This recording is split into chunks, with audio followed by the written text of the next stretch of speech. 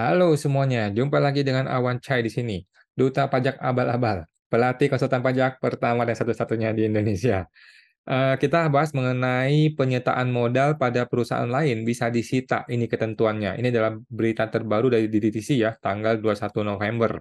Oke, by the way, disclaimer dahulu ya guys, bahwa semua isi video ini adalah bukan saran profesional konsultan pajak ya, Mbak, Anda semua ya.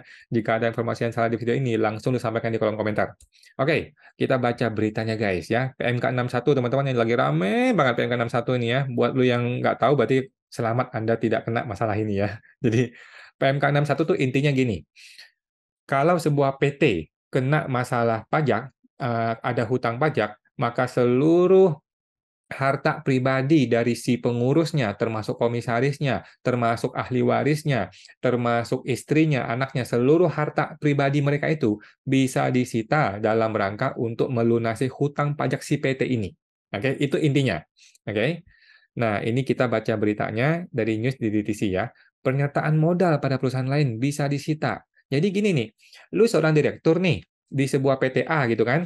Di PTA ini kena masalah pajak sehingga pajaknya terhutang kan. PTA ini tidak bayar contohnya nih ya. Maka si direktur dikejar dong. Ternyata direktur ini punya harta, punya modal di PT yang lain. Nah, modal dia di PT yang lain ini bisa disita. Itu poinnya, oke? Mari kita baca. Jurusita pajak dapat melakukan penyitaan terhadap penyertaan modal pada perusahaan lain ya. Ini di pasal 48 ayat 1 PMK 61 ya. Teman-teman yang mengalami penyitaan, lu harus langsung melakukan gugatan ya teman-teman ya. Kalau lu mengalami penyitaan, lu harus langsung melakukan gugatan ke pengadilan pajak, kemudian langsung lu gugat ke Mahkamah Konstitusi juga ya. Lu boleh menggugat ke Mahkamah Konstitusi untuk membatalkan PMK ini. Karena kalau menurut lu ini tidak adil ya. Kalau gue sih, gue termasuk orang yang merasa tidak adil ya. Gue termasuk orang yang menolak PMK 61 ini. Karena menurut pribadi gue, harta pribadi gue tidak selayaknya dan tidak seharusnya disita dalam rangka untuk menyelesaikan masalah pajak perusahaan. Gitu loh. Karena apa?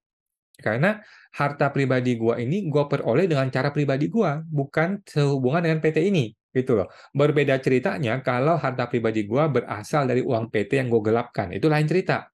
Gitu ya. Tetapi kalau uang di rekening gua atau mobil gua itu hasil jerih payah pribadi gua yang tidak berhubungan dengan PT ini, lah kok masa PT ini ketika kena masalah pajak gue mesti tanggung sih pribadi? Nah itu salah ya menurut gua ya. Nah tetapi itu pendapat pribadi ini harus di-challenge ke Mahkamah Konstitusi kalau lu mau teman-teman ya. Tetapi kan orang yang boleh men-challenge adalah orang yang mengalami kerugian. Kalau gua belum mengalami kerugian. Nah, di pasal 48 ini penyitaan dilakukan dengan melakukan inventarisasi dan membuat perincian tentang jenis, jumlah, dan nilai nominal atau nilai perkiraan barang sitaan. Perincian dibuat dalam suatu daftar yang menjadi lampiran berita acara pelaksanaan sita ya. Jurusita membuat akta persetujuan pengalihan hak penyertaan modal pada perusahaan lain dari penanggung pajak kepada pejabat dalam hal barang sitaan merupakan penyertaan modal. Pertanyaan gua, kalau ini barang TBK bagaimana?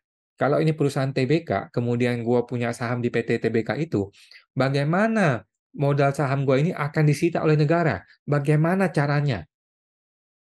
Ini akan luar biasa rumit teman-teman ya. Ini kalau ketemu orang pintar pasti digugat ke pengadilan, akan jadi panjang kali lebar kali tinggi masalah ini ya.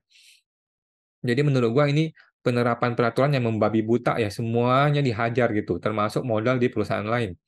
Ini akan jadi kacau balau kalau sampai terjadi teman-teman ya. Nggak tahu nih sudah ada dilakukan atau belum. Jadi akte notaris akan dipaksakan untuk diubah kepemilikan modalnya yang tadinya Mister A diubah menjadi miliknya negara gitu. Lah kok bisa negara punya saham di sebuah PT? Nah, cilaka lagi. Lain lagi Kak, masalahnya teman-teman ya.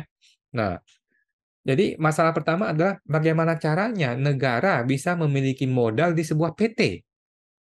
Hampir mustahil ya, hampir mustahil. Ini akan melanggar melabrak semua undang-undang yang lain ya. Masalah kedua, yang namanya barang sitaan itu harus dilelang. Bagaimana lu menlelang modal di sebuah PT? Kacau balau teman-teman ya. Jadi menurut gua ini adalah suatu aturan yang melabrak semua aturan yang lain dan mengada-ngada. Tetapi ya sudah ada aturannya ya, seperti itu aturannya ya. Ya kalau Anda mau, kalau lu kena ya lu challenge ke Mahkamah Konstitusi dan lu gugat ke pengadilan ya teman-teman ya, pengadilan pajak. Nah, adapun pejabat tersebut adalah pejabat yang kewenangan mengangkat dan memberhentikan jurusita pajak serta menerbitkan berbagai surat yang diperlukan untuk menagihkan sehubungan dengan penanggung tidak melunasi hutang pajak menurut undang-undang. Nah, jadi yang gue tangkap nih ya teman-teman ya, modal dari PT ini yang tadi atas nama Mr. A akan diubah secara paksa pakai akte notaris diubah menjadi Mr. B. Mr. B ini siapa? Yaitu pejabat dengan kewenangan mengangkat jurusita. Masalahnya adalah kalau si pejabat ini memiliki modal di sebuah PT, bagaimana nanti ceritanya LHKPN-nya dia? Aduh, kacau balau ya. It's okay.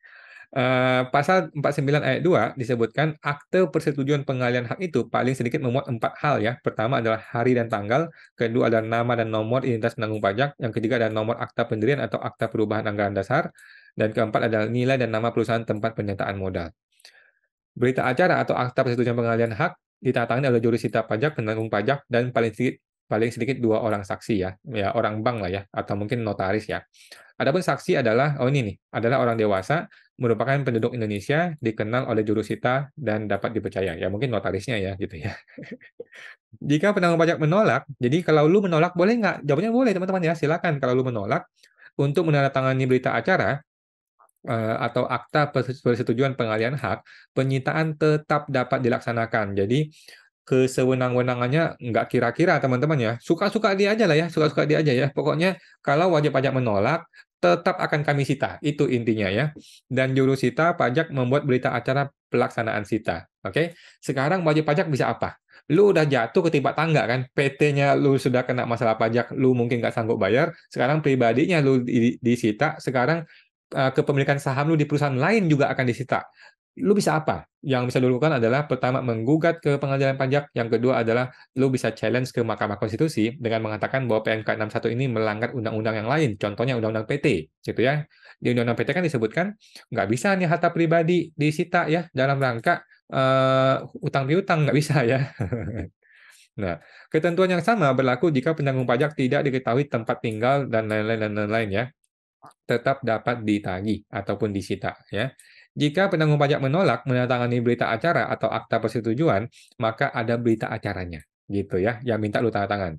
Kalau berita acara lu tidak mau tanda tangan juga tidak apa-apa ya, tetap akan disita. Oke. Salinan berita acara atau persetujuan pengalihan hak disampaikan kepada penanggung pajak dan pihak yang berkewajiban membayar utang atau perusahaan tempat penyertaan modal. Oke. Jadi seperti itu teman-teman ya. Gua termasuk orang yang menolak PMK 61 ini, di mana gue melihat ada ketidakadilan di sini teman-teman ya.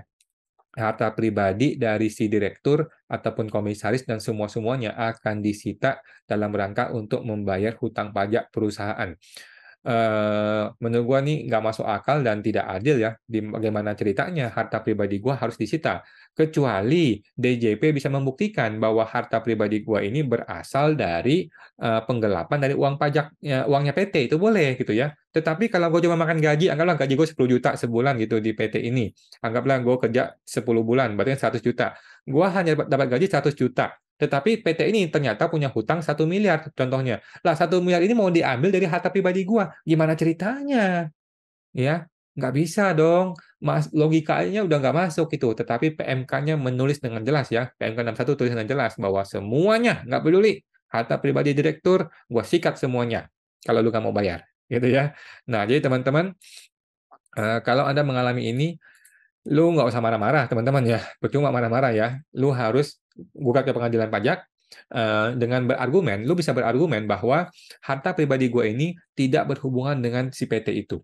Gitu ya. Harta pribadi gue bukan berasal dari PT itu, ini berasal dari jerih payah gue pribadi. Itu mungkin bisa diterima oleh pengadilan, oleh hakim di pengadilan pajak. Yang kedua adalah lu menggugat ke Mahkamah Konstitusi untuk membatalkan PMK 61 ini dengan alasan tidak sesuai dengan Undang-Undang PT atau tidak sesuai dengan prinsip keadilan dalam Undang-Undang Dasar. Gitu teman-teman ya. Jadi silakan dilaksanakan kalau lu mau. Eh, Gua rasa DJP ini membuat aturan ini untuk menghilangkan semua celah ya, semua celah untuk supaya wajib pajak itu nggak bisa lagi menyembunyikan harta PT di pribadi gitu ya. Banyak orang kan begitu ya teman-teman ya. Tetapi gue berpikir kalau memang lu tidak tidak dengan sengaja menggelapkan uang PT, maka lu masih boleh kok berargumen, masih boleh lu tentang dan ada upaya hukum ke pengadilan pajak. Oke, itu ya teman-teman ya. Semoga bermanfaat.